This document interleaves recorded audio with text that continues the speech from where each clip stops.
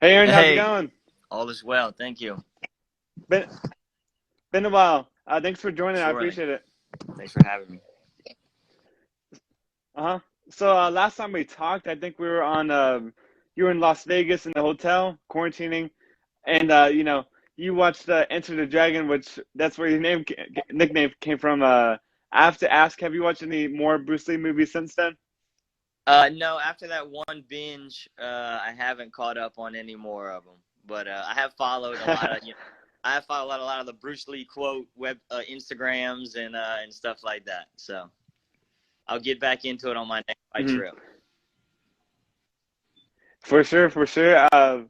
How's your morning looking like today? You know, with the fights, then dropping your kids off at Yeah, I'm school. How's just that settled been in. like? I'm watching the fights on the TV right here. It's my first one to watch. But yeah, the kids went to school, and then I got a call from the I was on the phone with the realtor folks. So our house had just gone under contract, which had been a thing for us over the past 6 or so months. So happy about that. So Hmm. How's everything going at the gym at Head it's Kicks going MMA? well. They're out there. I'm sitting in the lounge right now, and they're out there punching and kicking. uh, Working out there. So that's the fitness guys. But the kids are well. My kids are training and having a great time. The fight team is doing well. Unfortunately, in Louisiana, we haven't had a fight in Louisiana in 10 months. We're gonna go to Wow, it's Mississippi crazy. here in February and get the team ready to go. Hmm. And I saw that you guys like started up Head Kicks Tuesday Night Contender Series. Did you come up with that idea, or like who came up with Yeah, the so idea for that? actually, I went to I go to Fortis with Matt, and Coach Safe has Hmm. some great strategy things, and just one thing that we did whenever I was there, my one of my first couple times was like all the fighters at the end of the training session, they all sit around, and he makes a couple matchups, and basically Yeah. I was with a guy and he was super good, Stephen Wynn. I think he's a 45er. And you go and you scrap and you give it a good 5 minute round, and then everybody, I think all the UFC guys sit around and watch, and then they vote as to who they think won the round. And it's a good way, like at the end of it, coach raises somebody's hand and announces the decision, and it's a good way to like introduce people to like get some respect and kind of see what you're made of as well. And so anyway, I had a lot of fun. It wasn't just me that he did that with. When he ended up doing that a couple times over the course of the last like camp and stuff. So I just we didn't have fights here in Louisiana. So I wanted to keep my guys sharp. So I just tagged along with Dana White's thing, obviously.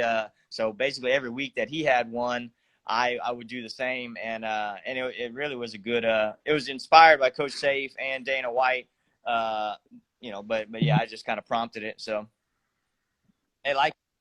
Hmm. Awesome. Yeah, I'm like an hour away from Fortis MMA. Maybe I'll go there sometime for like That'd an be cool. interview Maybe for sure. when me and Matt are all there, so that would be cool. Hmm. And talking about Matt and especially Dustin Diamond Poirier, they're fighting this week. Matt's about to go up in.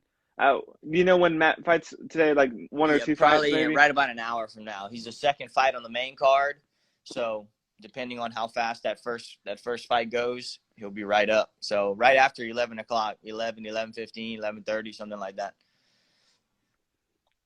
Hmm. How excited are you to see them perform this The week? most excited. I have no doubts for either one of them. Matt and I have been training together a good bit, and I'm not with them there. Obviously, 2 weeks away from the business and the family would be a little bit tough right now, and but he's got everything on lockdown over there, and I've talked to him, I trained with him right before he left, and he's looking sharp. So I think it's a good matchup. I think Tyson Nam is a durable, strong, and threatening opponent, but Danger's gonna put the speed on him. I think it could be either 15 minutes of just technical striking, footwork, head movement, and out punching and kicking this guy. Or if they get into a scramble, then Danger can get that neck and finish it too. So he's looking sharp all around, and I think he gets the W. And Dustin, obviously he camps in Florida, so I haven't trained with him much recently, but I'm excited for him. He's obviously a different fighter than he was 6 years ago. Not to downplay Connor, it's a scrap. It's a scrap. You know, I don't know what the odds are on this fight where everybody's leaning, but I do think if it goes to like this bloody scrap, like back and forth, 3, 4, 5 rounds, then Dustin has clearly shown that he thrives in those types of fights. So yeah, yeah, Pressure of makes course. diamonds. And I guess going to Louisiana, you know, we didn't talk about it much in the last interview. What's your favorite place to go to in Lafayette? My favorite place too for what? For food or for? Oh yeah, just food. You know, like just what's your like usual hangout spot? Like, where do Oh you yeah, I usually hang like to out in like go? a 1 mile radius between my house and my gym, and that's about. I don't do all that much. Wherever the kids need to go, that's where I go. But I'm no, we actually have a little small farm, and so we're gonna be moving our Mhm. house there at some point. That's kind of the big thing. And so we spend a lot of time on our farm, and it's got an old barn on it, so we fix some things up. My wife is getting super into gardening, and I'm getting super into hunting. So I've been in maybe my favorite place in Lafayette in the last few weeks has been in a deer stand out in the middle of the woods. So Mhm. Gotcha. And in the recent interview, I asked Matt Schnell if you were a better looking version of him, and then he said, and I quote, "Aaron Phillips is a poor man's Matt Schnell." What do you have well, to say I'll about say that? today is his day. Uh, and clearly, so I went to get a haircut this morning, but she was out, so I'm gonna have to get it done tomorrow. So I would say, being that he's fighting today, and my lack of etiquette, then maybe he's right, just for today, and then and tomorrow game's on, and he'll be wrong again. So Good to hear. And you know, we got to talk about the last fight out. You know, UFC debut against an undefeated guy. You showed a lot of heart in that fight, especially being for short notice, I believe.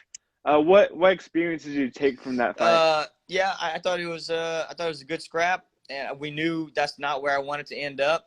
Underneath Jack Shore, I think he's got like 10 finishes by rear naked choke, you know. So, and I defend chokes pretty well, but man, that thing was tight. Um, so I think I threw a poorly timed Superman punch.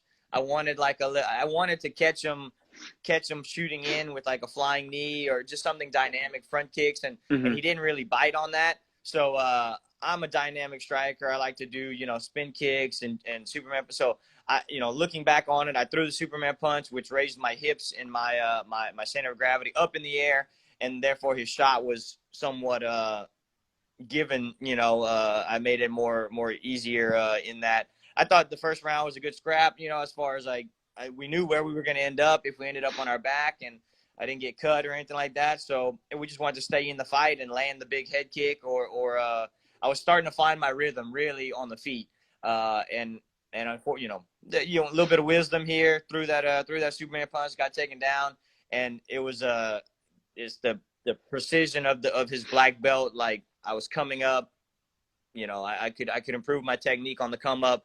He took my back and he finished me in the he didn't even have my back. He had my side, so like, Hmm. kudos to him. I like him too. He was super respectful before, after, and on social media.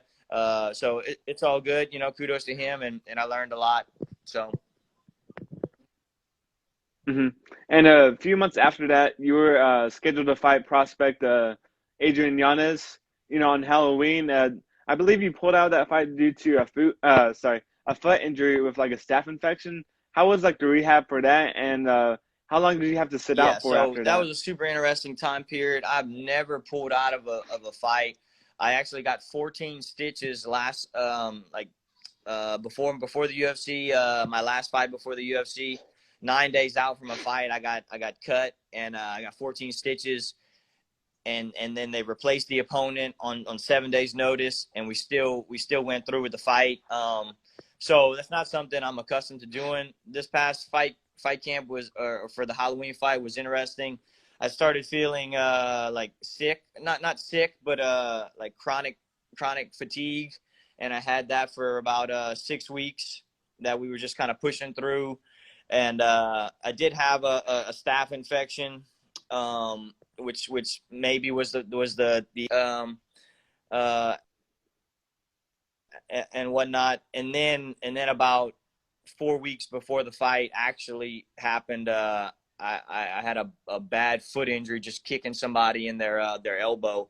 And so everything kind of together was just like, you don't go into a fight, at 100%. If we could have made, 80%, it's all good. But it was pretty rough between the illness, and then the foot thing and the staph infection. We weren't clocking 50%. So it was just been unwise to do that. So yeah, that was, I think, one of the first fights I've ever pulled out. So yeah, but I got COVID last month. I'm all back in action now. So it's been an interesting, like, I fought in July, so it's been a period, 6 months now, and I'm ready to be active. My house is going under contract, so that'll be that's a whole other thing. I got a family, I got responsibilities, I got a gym, and to have things, not sure where you're living, wants to move in, things get a little bit busy, things get hectic, but I am healthy, and I'm ready to put in a fight camp, and I think, March, April is the time frame. Gotcha. Is Raging Al Icunta your real estate agent, or like who's your agent? No, I got you're Raging Out. No, that was funny at the time, no doubt. I always like to get some giggles with that, but no, I got Garrett McClellan from out here in Louisiana, as well.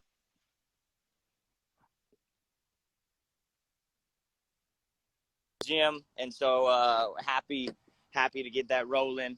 And we have a unique house that we're selling, so we always knew it would be like the right person for the house would be it. And so I think it's the one. Happy with it. Gotcha. Awesome. Good to hear that. And like, you want to return maybe in March, April.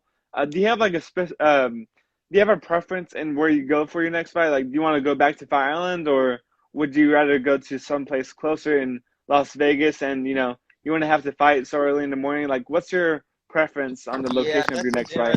Honestly, I'm not all that keen on the fight. I did Fight Island, and that was cool. Vegas would be better for, like, me and my family. Fight Island is like 2 weeks, away from everything. So Vegas would be much better.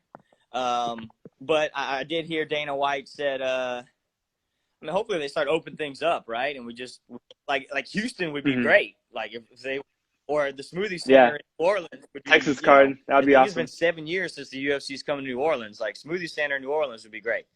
But I did hear Dana White wants to do Weili Zhang, I think, versus Thug Rose in Asia. And obviously I have a lot of family in Asia, and I've always wanted to fight in Asia. So that inherently piques my interest.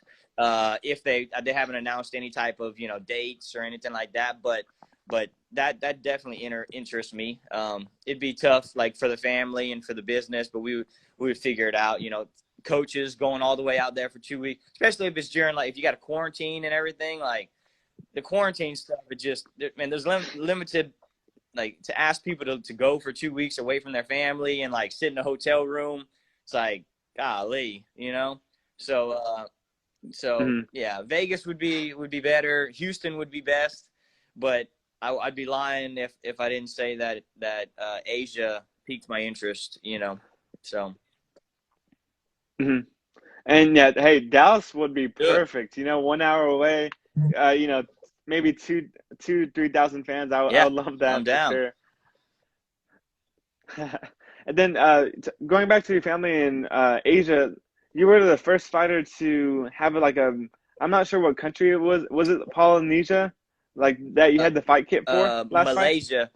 Uh, yeah, Oh, I'm set Malaysia. to be the Gotcha. first fighter to represent the Malaysian crest, which is interesting too because I'm half Malaysian and half I'm American.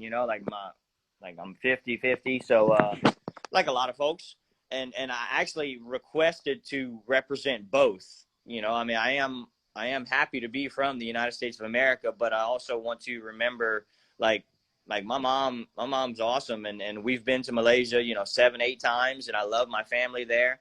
I have a very small blood family here prior to getting married, but I have a large family in Malaysia, so I certainly do appreciate them and appreciate my heritage. So I personally would love to represent both, but I think leading up to my last fight, they said that wasn't an option. So I have to think about that.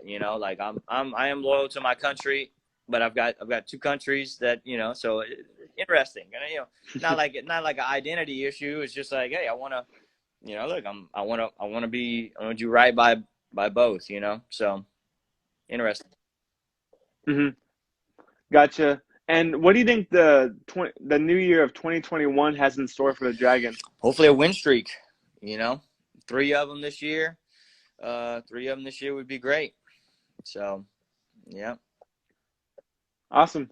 Great to hear. And I think that's all the questions I have. I just want to thank you again for the time. And you're always like one of my favorite people to interview. So like, I Yeah, always I appreciate the appreciate you time. setting the theme. I see your your outfit, your Bruce Lee suit. Oh Yeah, yeah, yeah, Cobra Kai. Cobra Kai never dies. I Have you haven't watched that watched show? Cobra Kai, but I introduced my son. Like that's his belt rack right there. That's Josea's belt rack. I introduced him Nice.